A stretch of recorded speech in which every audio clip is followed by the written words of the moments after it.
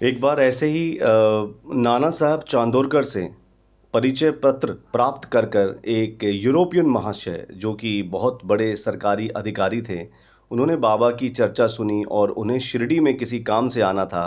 तो उन्हें बहुत बड़े आलीशान तंबू में ठहराया गया और उन्होंने बाबा के दर्शन के लिए वे इतने आतुर थे कि उन्होंने वहाँ ठहरने से पहले उन्होंने इच्छा व्यक्त की कि हमें मुझे साईं बाबा से मिलना है, क्योंकि नाना साहब चांदोरकर ने उनके बारे में बहुत बताया था और वो चाहते थे कि उनके चरणों में लोट लगाएं और उनका एक चरणों के चुंबन उनका लें। लेकिन बाबा की आज्ञा के बिना कभी भी कोई भी भक्त शिरडी में बाबा की द्वारका माई में प्रवेश नहीं कर सकता था। ऐसे ही जब यूरोपियन महाशय जब उनके दर्शन करने के लिए जाने लगे तो बाबा ने उनको द्वारका माई की सीढ़ियाँ चढ़ने के लिए सख्त मना कर दिया और उन्हें बाहर से ही दर्शन करने की अनुमति प्राप्त हुई। और वो काफ़ी टाइम बाबा के दर्शन करने के लिए वेट करते रहे कि बाबा कब उन्हें अंदर आने के लिए कहेंगे। लेकिन 3 दिन व्यतीत होने के बाद में वो उनको बाबा ने जब अंदर आने की अनुमति नहीं दी, तो उसके बाद वो बहुत व्यथित हो गए और उन्होंने प्रस्थान करने का निश्चय किया। तो उन्होंने बाबा ने कहा कि तुम अभी ना जाओ, आज ना जाओ और आप कल या कल के बाद में आप कभी भी प्रस्थान कर सकते हो। लेकिन उन्होंने बाबा की आज्ञा की अवज्ञा की और वो निकल पड़े और शिरडी से प्रस्थान करने कर कर गए। और कुछ ही दूर जाने के बाद में एक बाइसिकल, जिसको कि हम मोटरसाइकिल बोलते हैं, उनके घोड़े उनको देखकर डर गए और वो उन अनबैलेंस्ड हो गए और बहुत बुरी तरह उनको चोट आई और बहुत दूर तक वो जैसे कि आपका एक्सीडेंट हो जाता है और घोड़े दौड़ते चले जाते हैं, ऐसे ही वो खिचड़ते हुए चले गए। और उसके बाद उनको कोपर गाँव के एक हॉस्पिटल है, वहाँ पर उनको शरण लेनी पड़ी और इस तरह से उन्होंने बाबा की आज्ञा की अवज्ञा करके दुर्घटना के शिकार हो गए। ऐसे बाबा के बहुत से ऐसे ऐसे उदाहरण हैं, इसमें कि कहीं तूफ़ान है, बारिश है और हालात जाने के लिए नहीं है, लेकिन अगर बाबा ने कह दिया कि तुम जाओ तो वो सकुशल पहुंच गए। और अगर बाबा हमेशा ऐसा ही रहा कि बाबा ने हमेशा भक्त की ज़रूरत और उसके अकॉर्डिंग ही उनको आज्ञा दी कि उसके लिए क्या सही है, क्योंकि बाबा बहुत दयालु, बाबा को उसके भविष्य का, भूतकाल का सब बाबा को पता होता था।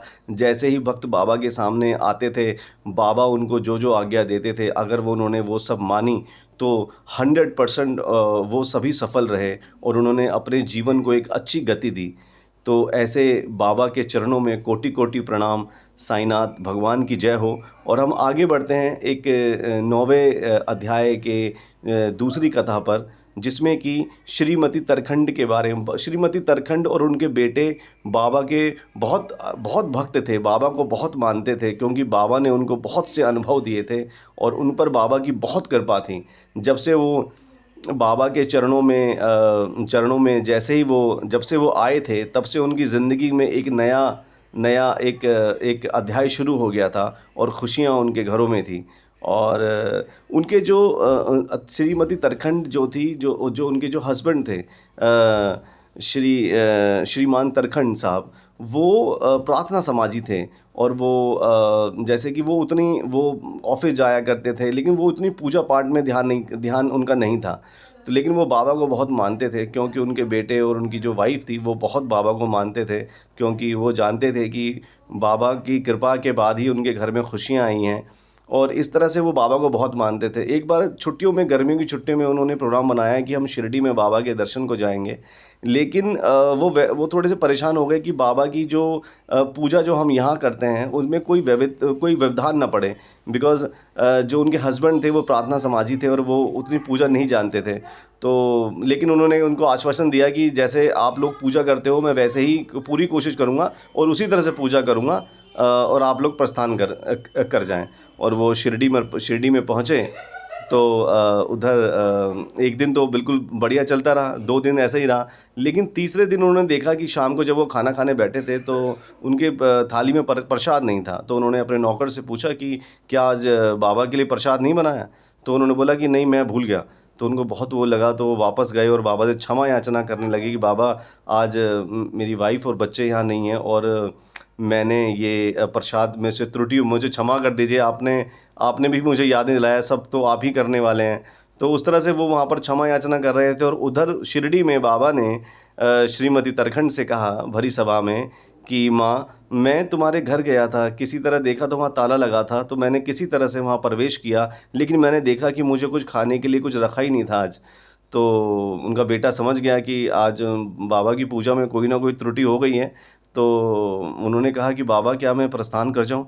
क्या मैं वहीं जाके पूजा करूँ? लेकिन उन्होंने बाबा ने कहा नहीं, तुम यहीं पूजा करो और यहीं से ही अनुमति मिली और उन्होंने 1 से डेढ़ महीना बाबा की कृपा में वहीं बिताए। बाबा की ऐसी लीला थी कि एक बार श्रीमती तरखंड ने वो उन कोई शिरडी जाने वाला था तो उनसे मिलने के लिए आया, तो श्रीमती तरखंड ने कहा कि उनको कुछ बाबा के लिए भेजना है, बट उनके घर में कुछ भी नहीं था। मतलब बड़ी मुश्किल से ढूँढा-ढाँढा तो एक पेड़ा मिला छोटा-सा पुराना वो भी।